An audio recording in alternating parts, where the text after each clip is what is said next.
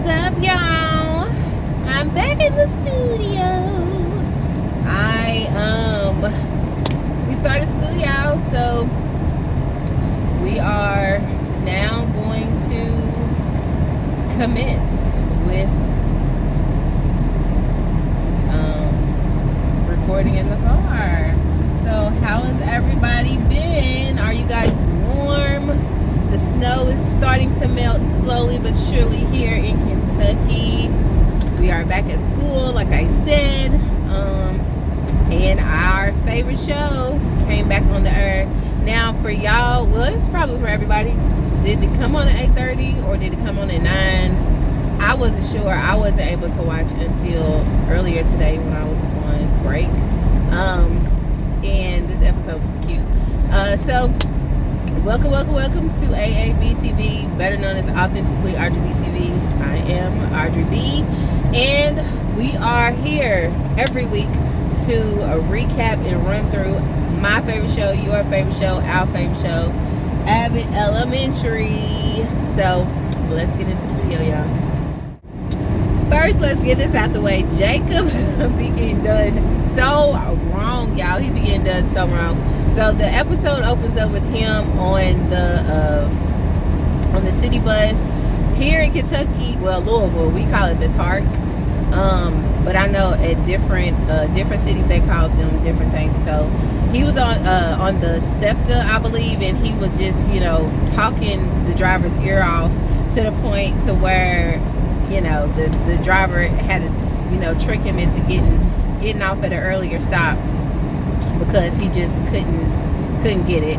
And when we get to the school, he's teaching his class, and he's noticing that one of his students is kind of basically not engaged. Like, he's not really giving him energy. He's not really wanting to. He just seems like he's just down and out. So the whole entire episode, Jacob is trying to figure out how to help his student. I believe he teaches 8th grade, and he wants to, get him engaged. He feels like he can get him involved in a club. So he tried out the goofballs, he tried out the step team, he tried out all of these different things just to see if it piqued any of his students' attention, and we go from there. So also in the episode, Janine tells us that the second graders, which is what she teaches, they are taking practice tests to get ready for another test that they'll take the following year in 3rd grade. Again, practice test, right? So as she's excited about it, she feels strongly that everything that she's taught her students has basically just soaked all up in them, and they're going to do a good job. So she's in the office. Melissa comes and says some smart little remarks to her, and I was like, well, dang, I would have been like, good morning to you too. But anyway, she's putting it through the machine to get the test scores, and she is upset and disappointed when she finds out that her class did not do well.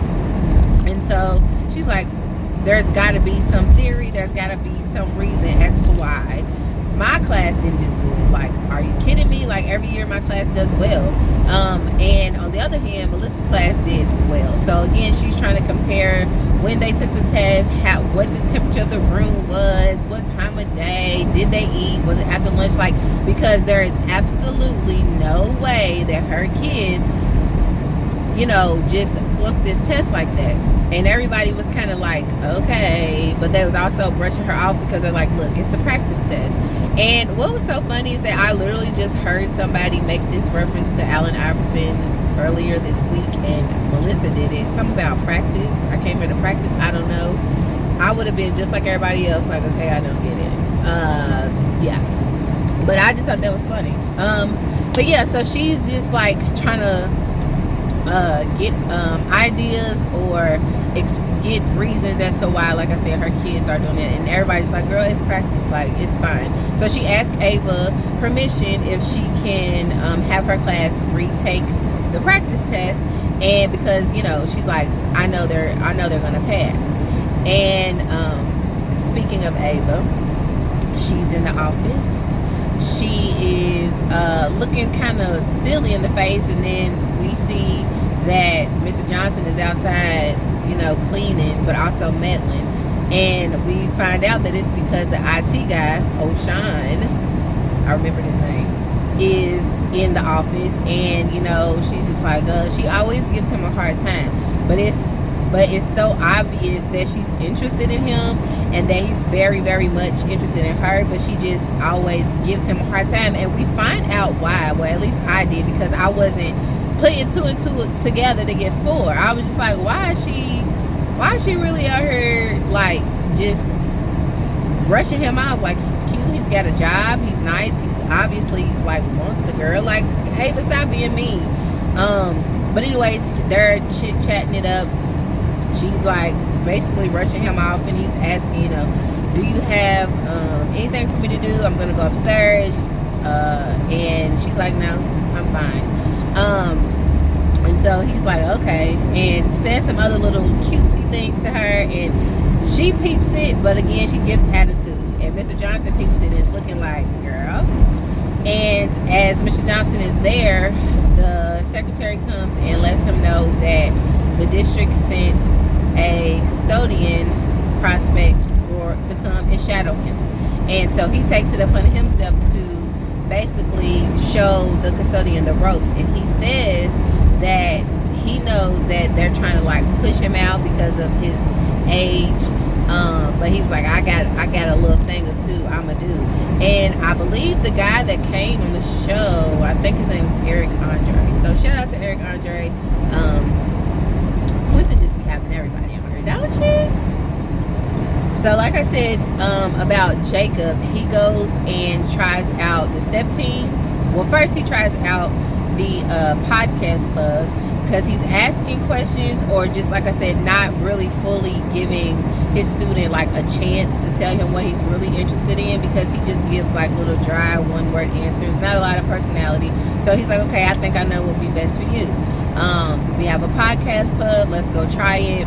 He bombs that. He doesn't say anything. And then he tries the step team with Ava, because again, he goes in her office asking for help, and she's just like, do what you gotta do. So she brings him into the step team to practice with him there, and he got the step, but he just wasn't for him. So she basically told Jacob to ask, like, before, like, just come out and ask him, like, what do you like to do? So she decided to do it. He's like, nature, being outside, all of this stuff. And so he's like, and runs off, calls Greg, and this is, of course, after school. So him and Janine are together, and they have their little funny little conversation while he's trying to have a conversation with Greg at the same time. And the conversation was basically to see if he had a spot open for his student to join Greg's Garden Goofballs, and it ended up being a success. The following day or whenever it was, he really did a really good job with them, and Greg told him, I never seen anybody be this good with these plants and all this other stuff besides me.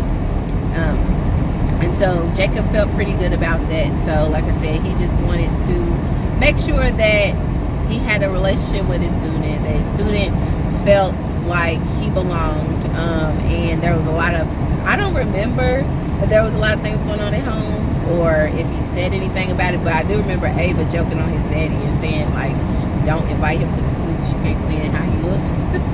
And I was just like, that girl is absolutely, woo, she don't care. She does not care at all. So before Jacob came to ask Ava in her office for help, Janine was in there again asking her could they take the test. And before Janine walked in there, did y'all peep what Ava was doing? Yeah, she was doing her research. She was doing her research, because I'm like, now you feeling them. You feeling little O'Shine, and now you ready to see what's going on. So she asked Janine some advice about dating poor. And like I said previously, now I know why she wasn't really checking for him, because I guess Ava, well, not I guess, I know the personality that she has, she ain't trying to talk to nobody that don't have no money, can't do nothing for her.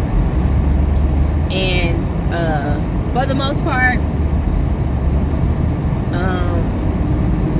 we noticed, like I said, that she started to become interested. She's doing her research. She even asked Greg as well, like, what's it like to get his side of it, to date a poor man as well, or because he is a poor man, as she said, and had him thinking he was gonna get a raise, and he was like, okay, like, I don't get it, but am I getting a raise? And she's like, boy, no.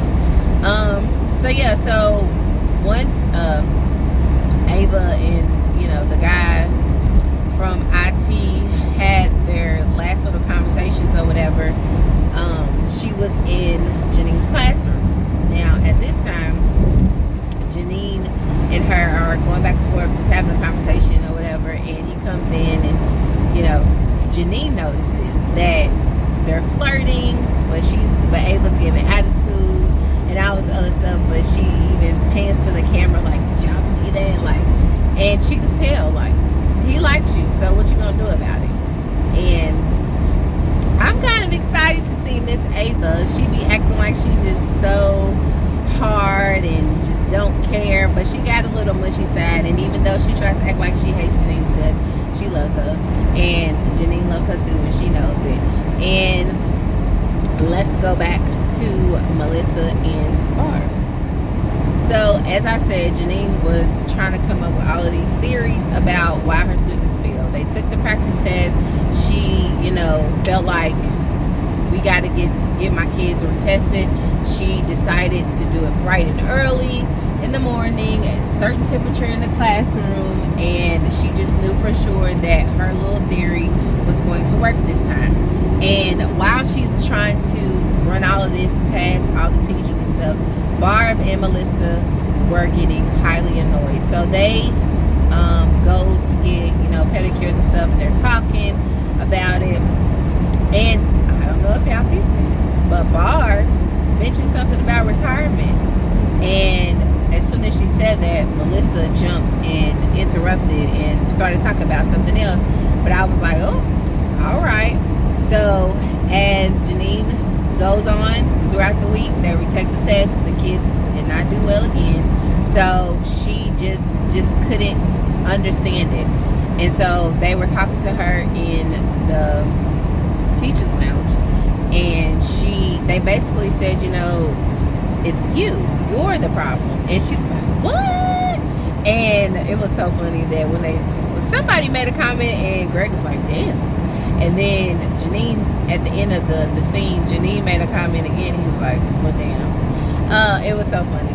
I love it. Do y'all be also, I know it's a sidebar, but do y'all realize, like, whenever Greg is doing something or looking at the camera or whatever, like, it seems like he's always trying his hardest not to crack a smile or laugh. And I just, like, I noticed that every time. And it's crazy that I remember he used to do that when he was on Everybody Hates Chris too.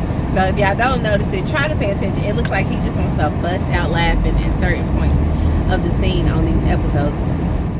So they're sitting there, and they basically tell her, it's you. And she's like, what? She's like, I do the same thing all the time. I teach and I drill them. I do what I'm supposed to do. Like, my other classes, they got it. They did successful. There wasn't no issue. And again, as we all know, kids are different, right? You can't teach kids the same. You can't teach people, pretty much. You can't teach everybody in the same exact way all the time, because it doesn't always work like that. And that's what they told Janine. And so she, at first, like I said, she was offended, but then she realized, no, maybe I need to be the person, instead of trying to change them or, make it seem like it's their fault. I need to take a step back, and like she said, I need to trying things new. And that is very hard. But I am a person who, in the class that I work in, and as I continue on to get, my degree in teaching and things like that, like, I'm a big on, everybody does not learn the same or at the same pace or on the same level. So it is very important that you try to find different ways to teach the same curriculum or the same material, to the kids, but you know, sometimes you gotta switch it up.